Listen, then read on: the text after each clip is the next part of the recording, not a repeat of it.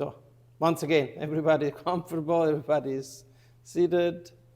Great. So, today I want to take the opportunity to talk about something that is extremely relevant and important in this historical moment. For a long series of reasons, we live in another time of history, in another repetition of history, which the consequences cannot be deeply understood at the moment. But there is one thing that we need to understand. This thing is on what side of history you want to be. You want to be on the side of the perpetrators or on the side of justice. I understand it is not my place here to discuss topics that belongs more to the fields of ethics, to the fields of humanity. At least it's not my place academically, but it is my place morally and humanly. I do believe that every one of us should stand in face of evil, in face of horror, that we are indirectly, for the moment, experiencing in this historical time. I will never thank enough the Indiana University Press and Professor Marlene Kallner for publishing these few essays by Jeanne Amery that you see also here on the screen. One of the most important thinkers of the 20th century, not studied enough, not pondered enough in our current time, where it's easier and it's more convenient to go with the flow, to be with the stream. And by the way, if there are any questions, you can stop me at any time. But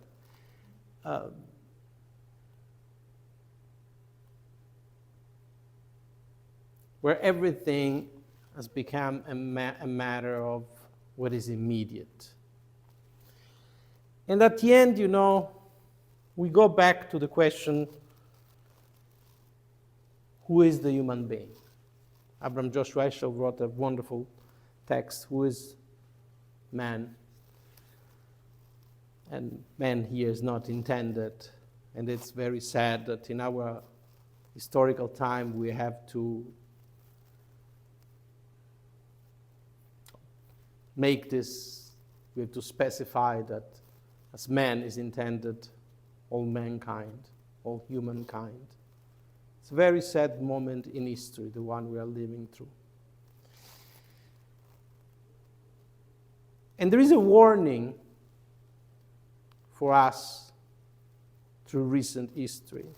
I don't know if you have ever read What is Enlightenment by Immanuel Kant.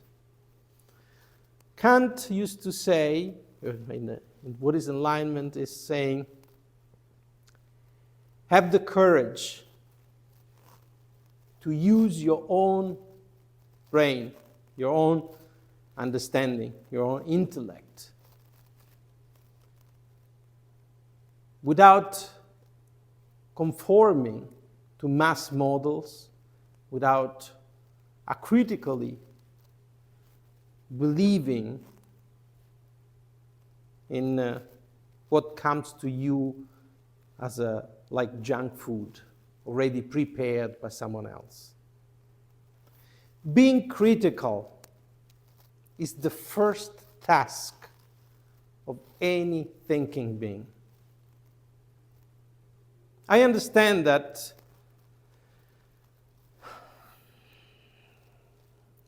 the stream of the time wants you to be different, wants you to be just like anyone else, to consume just like anybody else, to think like anybody else. I have news for you on that. Being like anybody else is not being yourself. It's being someone else. It is clear that there was another great scholar, his name was Theodor Adorno, and he wrote in a letter, was a German scholar who lived also here in the United States for a while during the Nazi persecutions. He wrote a sentence among the many that roughly translated in English means the wound of the world goes deep inside me. So be careful what kind of world you accept. Be careful what kind of reality you enter into with closed eyes, blindly. Be careful. Be very careful. In recent years, we have heard many established sources of information talking about belief in science. University itself have failed to stand up to anyone who tells you believe in science, because there is nothing to believe. Because science is not a belief. But the poor state of contemporary academia, and don't worry, I see the paradox in what I'm saying. I do see the paradox. But the pitiful state of modern culture, it is also the result of this run for positions, money, all that it's shiny, appears, and it passes. But what is the point of knowledge, of real knowledge? Some very smart person in the past said that mathematicians are the only happy people, because when they discover something, it is forever. When Euler discovered this beautiful formula, it is forever. That cannot be changed. It's not a privilege that even physicists have. Think of Archimedes, Newton, Einstein. They all had, well, Archimedes was also a great mathematician. I'm talking to Archimedes as physicist, but what Archimedes discovered in mathematics, it was valid 2,000 years ago, over 2,000 years ago, as it is valid now. Think of the system of powers that we use to write numbers. That's Archimedes. Archimedes, you know the story. And, well, of course, if you listen to me, you know the story, but probably because we are also recording, I will still mention the story.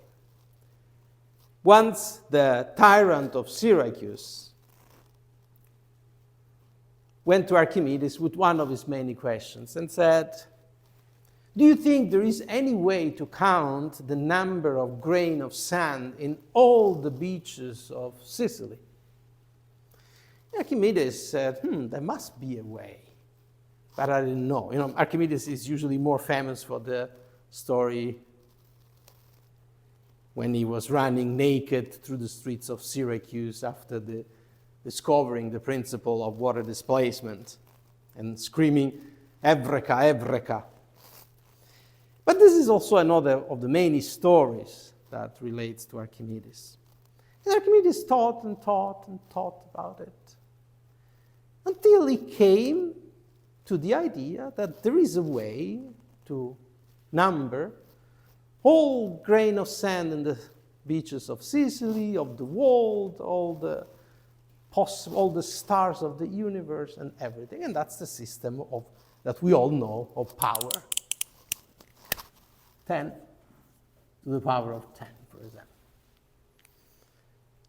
When Archimedes made this simple discovery, he changed the history of mathematics. And this has been true since Archimedes. So the mathematician is happier than the physicist we mentioned. Archimedes, Newton, Einstein. Newton gives us a wonderful universal gravitational theory that explains the movement of planets to a certain degree. Because the Newtonian physics is based on the principle of attraction between bodies. G is equal m1 m2 r squared. This is the universal law of gravitation. Then comes Einstein. And Einstein gives us one step further. That doesn't mean that this is not true. It just means that Newton's theory of gravitation, let's use set theory to explain this. Newton's theory of gravitation becomes, if we have here a set where we have here inside Newton. Of course, I made a too big of a set. So here is Newton. Here is Einstein. This means that Newton is a particular case of Einstein physics. Newtonian physics is included, is contained in Einstein physics. Why am I saying this, especially in relation to topics like thinkers like Jean Marie, etc.? Because, if there is one thing that I hope in all my life I will be able to convey to others, is that reason, clarity of thinking, is a guide not only in the world of physics or mathematics or the sciences, not the sciences you have to believe, the science you have to understand. Because when you learn a way of logical thinking, you will be able to have a way of clarity in the world that won't be allowed to you if you are just copying and paste concepts from others. But what it means, this logical thinking? Try to imagine a very simple example. Anselm ontological proof of the existence of God. What does Anselm, or Anselm of Canterbury's what does Anselm do? He uses logic to give, in his way, a proof of the ontology, meaning the final existing thing, of God. So Anselm starts with a very simple question. He says, assume that God created the world. Now, if you can think that God created the world, He made it perfect, made everything right, like the law of universal gravity we just pointed out, or all the other physical laws, everything. Everything is perfectly perfect. Can you think of such a being that creates the world, the universe, and is also a perfect being? So, if you can imagine a being that contains all perfections,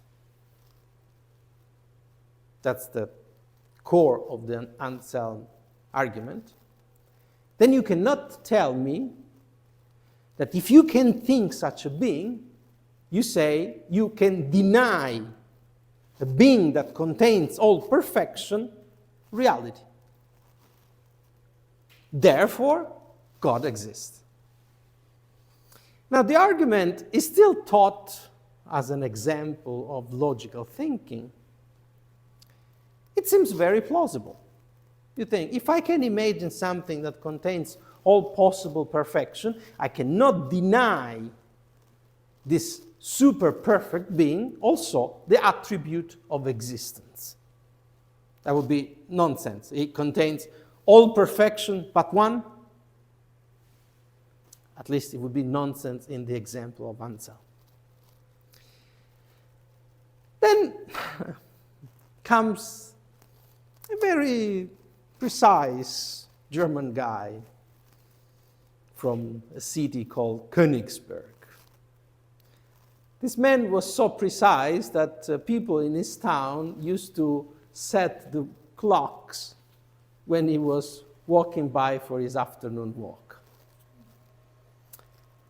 This individual, whose name was Immanuel Kant, answered to Anselm in a very simple way, very beautiful and simple way. He said, okay, I listened to your argument, to your ontological argument. Now,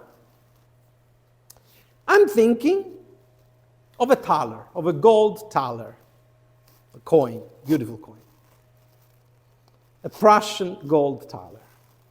And I'm thinking about this coin in all its perfection, shiny, weight, shape, design, everything. I have it in front of my eyes.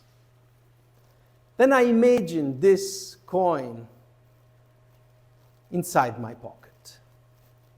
But then I put my hand in my pocket and there is nothing. The simple thought experiment of Kant immediately show the problem with the ontological argument by Anselm. Why it is interesting for us today, this example? For several reasons, but mainly because the first thing you see here is that there is a logical mistake. The logical mistake is to confuse logical attributes with reality. There are no logical attributes, are logical attributes. Even in the realm of logic, of physics, even what we call the universal law of gravitation is a logical attribute that explains reality. But where is it? that this has always been my criticism of I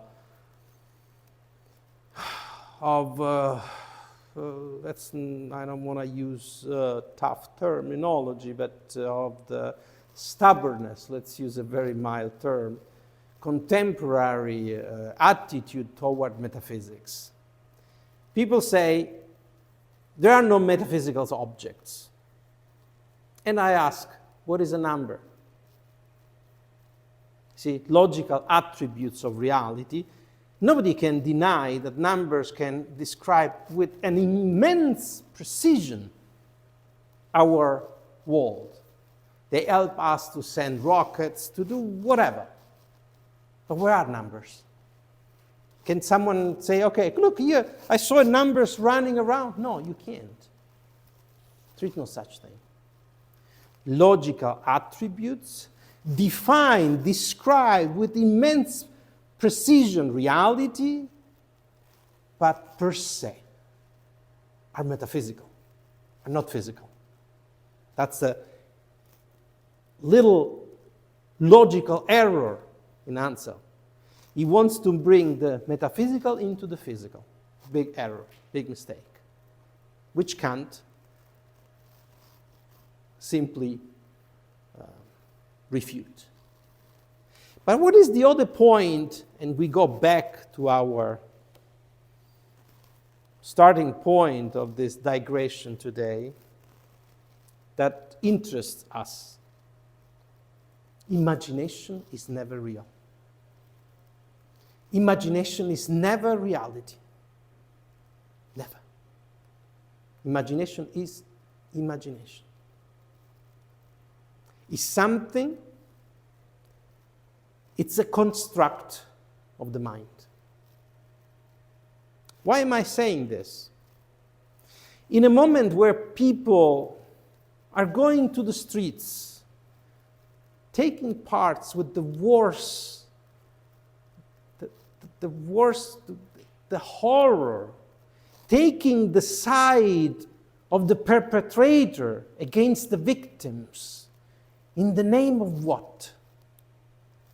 In the name of pure imagination. They are imagining that one side is bad and the other side is good. But what is then the antidote? How can you contrast this? Are you able, by yourself, to extrapolate a meaning of all that is happening without making a loan from the TV, from your colleague, from someone else that is telling you good and bad? There is a way. We're talking here about current event, but also about logic, about the history of our culture. What is one thing that has been proved over and over and over to be misleading in the history of thought? Binary thinking. Manichaeism. Strangely enough, an idea that comes from the Mazdian, from the old ancient Persians, the cult of Zoroaster, that saw in reality only principle of good and evil, clearly defined. That's another logical error. Why is it a logical error? No, there's no need. I think you can still see, right? If I have one, everybody today is familiar with the logic, with the computer logic, with the binary logic. I can describe in a computer everything through binary values of 1 and 0.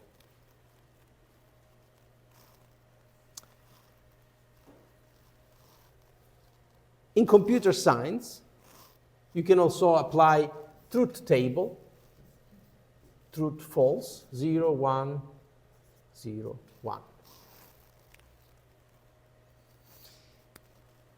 This is, you would say, well, but this works.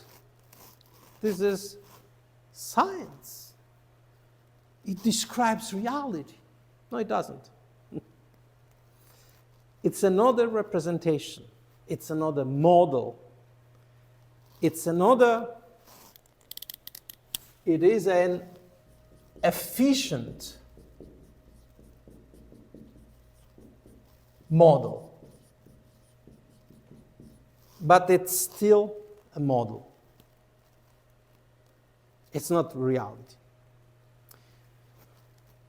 Now, at this point, some might say, how can you say that, etc. Okay.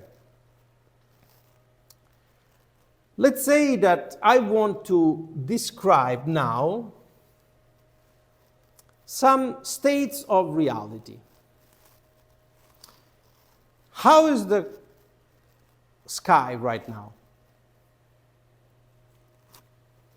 Is it a good sky or is it a bad sky? Assigning to good the value, there are no clouds, so good sky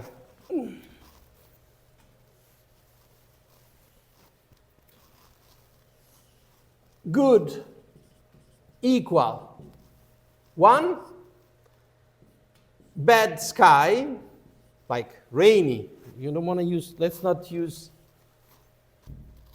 good weather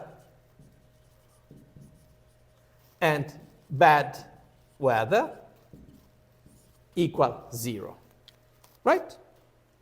So you now look outside and you see that there are just a few clouds. What would you say? You would say, it is a good day.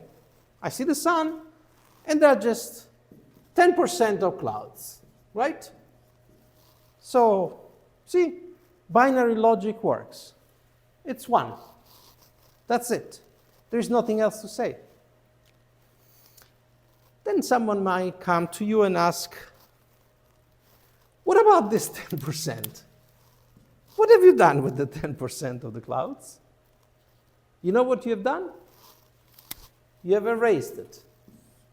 Because this binary model contains only 2 values. So it's either good weather or bad weather. So your model, it works. It works very well because it's a model. You say the 10% of cloud, the 20% of cloud, it's neglectable. I don't need to consider it. But it's not accurate. And it's not right. And it's not true. Because there are still 10% of clouds. It still moves. There are still clouds. So, to better describe this system, I can use many multivariable logic that are not limited to 1 and 0, but for example have several values. If you have here 25% of clouds, which, okay, first of all, we should decide, when we have this type of models, we should decide a boundary value. So the boundary value is, in this case, you should say, okay, it is good until 50% clouds, or sorry, 51% clouds. If, you see, everybody today, we all know programming. It's very easy to write the program. If 51%, then 0. That's how it works. If 50%, or let's say if may greater than 50%, 0. If less than 50%, 1. That's very simple. It's very simple programming language. Every kid in elementary school can write that. But again, it's a model. It gives me a nice result in the computer, good weather, bad weather. If it's less than 50% clouds, most likely will not rain, but it's not accurate. If I have this 25% clouds, this model doesn't allow me to describe it. Either I delete it or I put it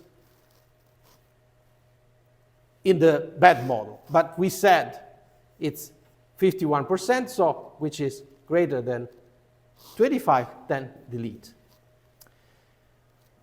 But I can use a different model.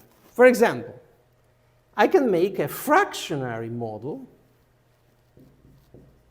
where you have not 2 values, but 4.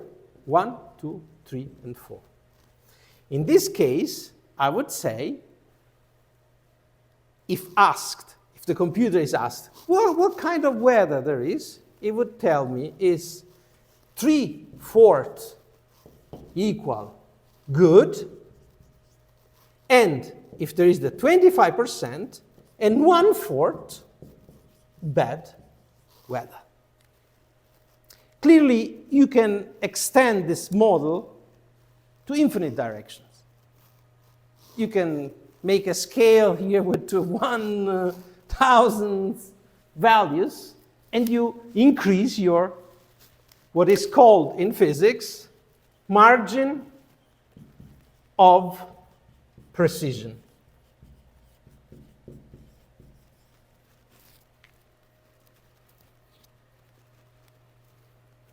You do understand, now we can understand that this helps us not just to become good programmers, good scientists, good mathematicians, but helps us to become clear thinkers. Through science, not the science you have to believe. I will, from now on, for the rest of my life, short or long, I will always be forced to repeat the difference between science and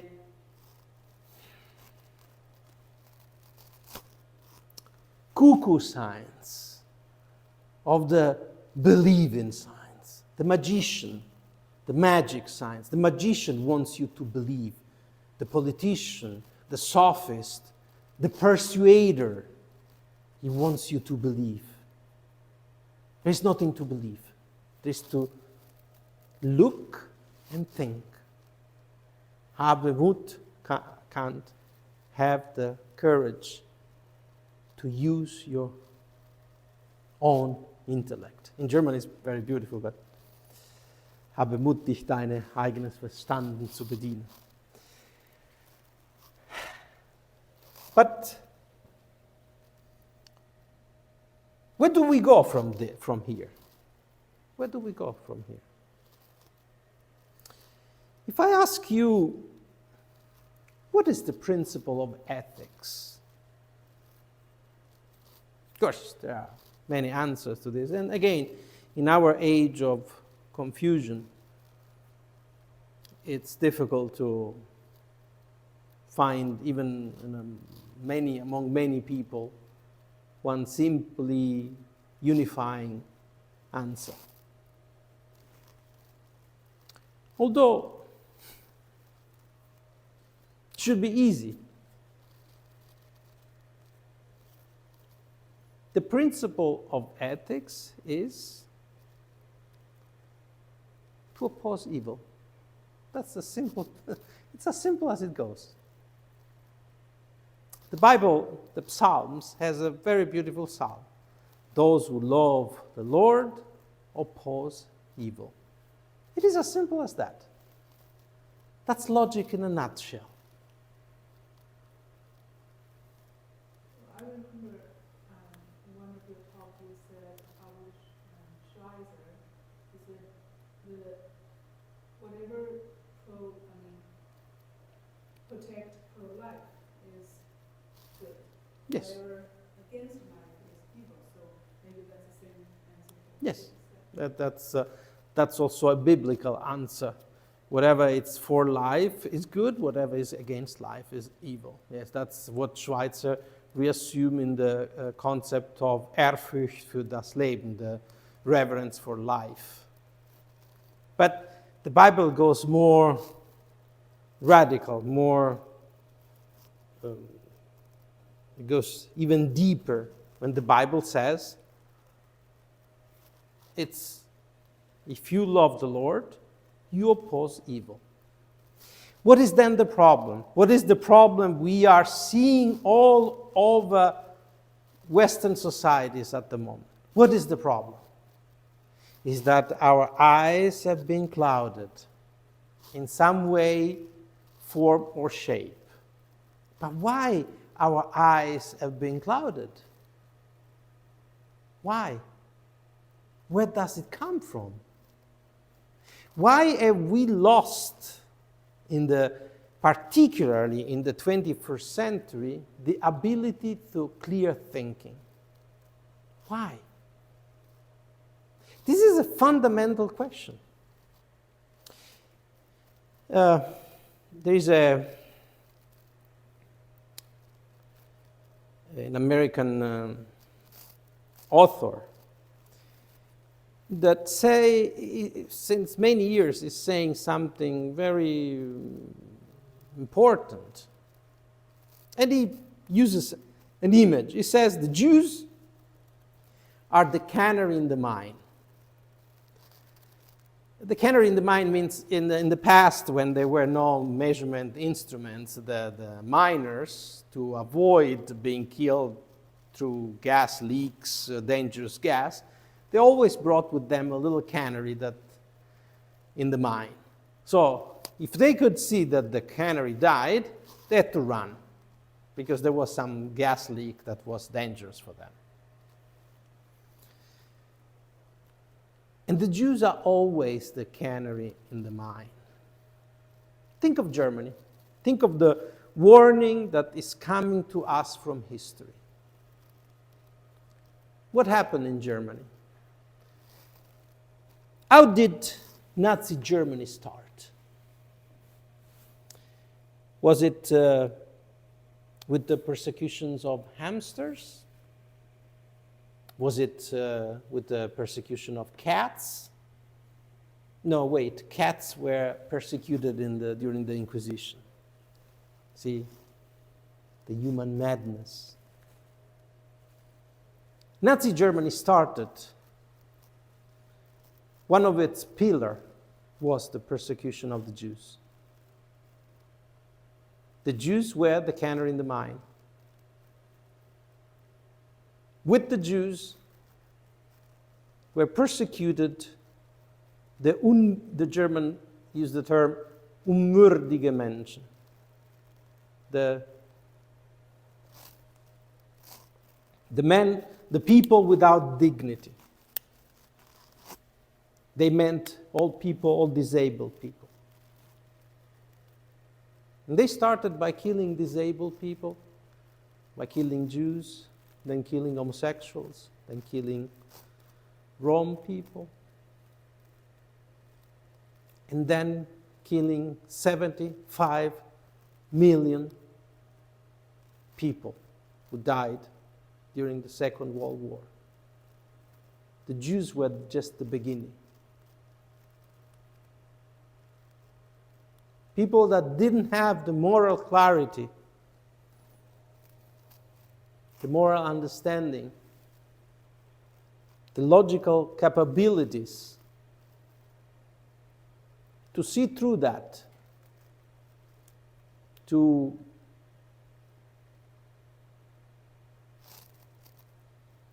react as human beings react against perpetrators, paid a heavy price. Germany was bombed to its ground.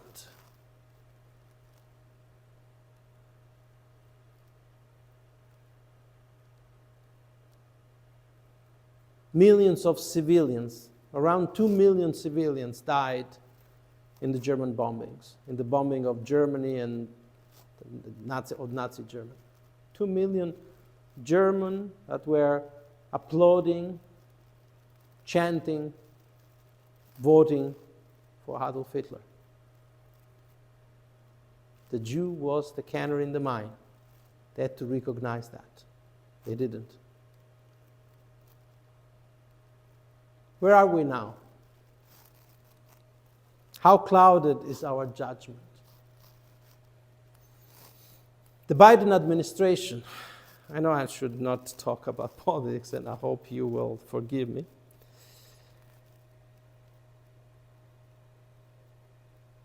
But it keeps being concerned about Islamophobia.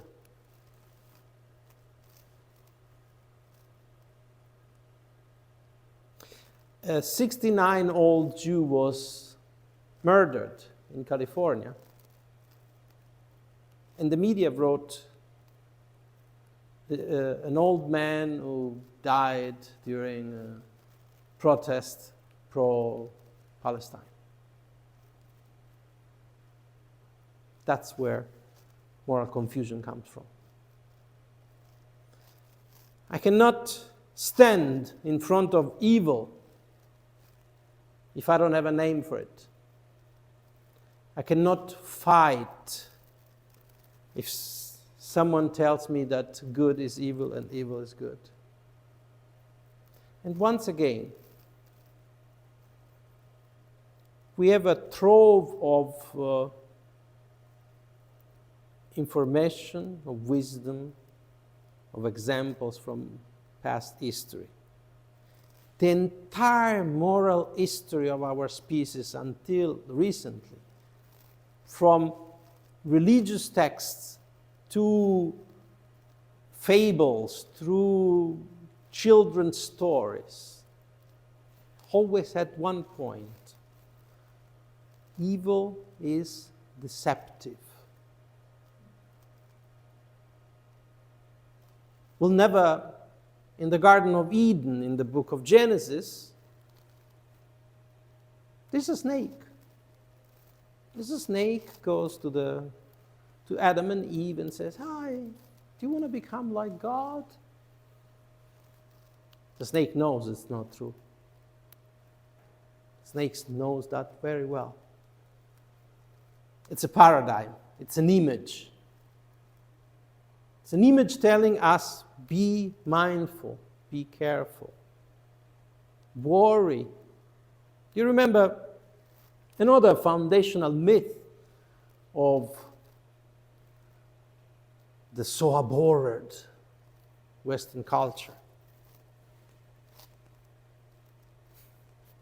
Why we are here if we abhor mathematics, science, logic, ethics, Mozart.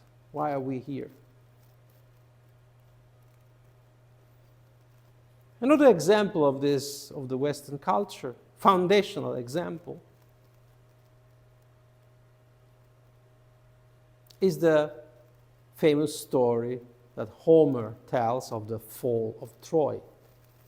Do you remember how Troy fell? Everybody knows that. The Greeks went away, and they left this beautiful wooden horse. Oh, how nice! The gods sent us a wooden horse, said the people. But Laocoon, a wise old man, and Cassandra, a wise young woman, said, it doesn't look right, this wooden horse left just like that. Famous Timeo, the sentence by Laocoon, Timeo Danao et dona ferentes. Fear the Greeks even when they bring gifts. What did the people do? What did they do? Oh, wait. They took the horse, brought inside their city.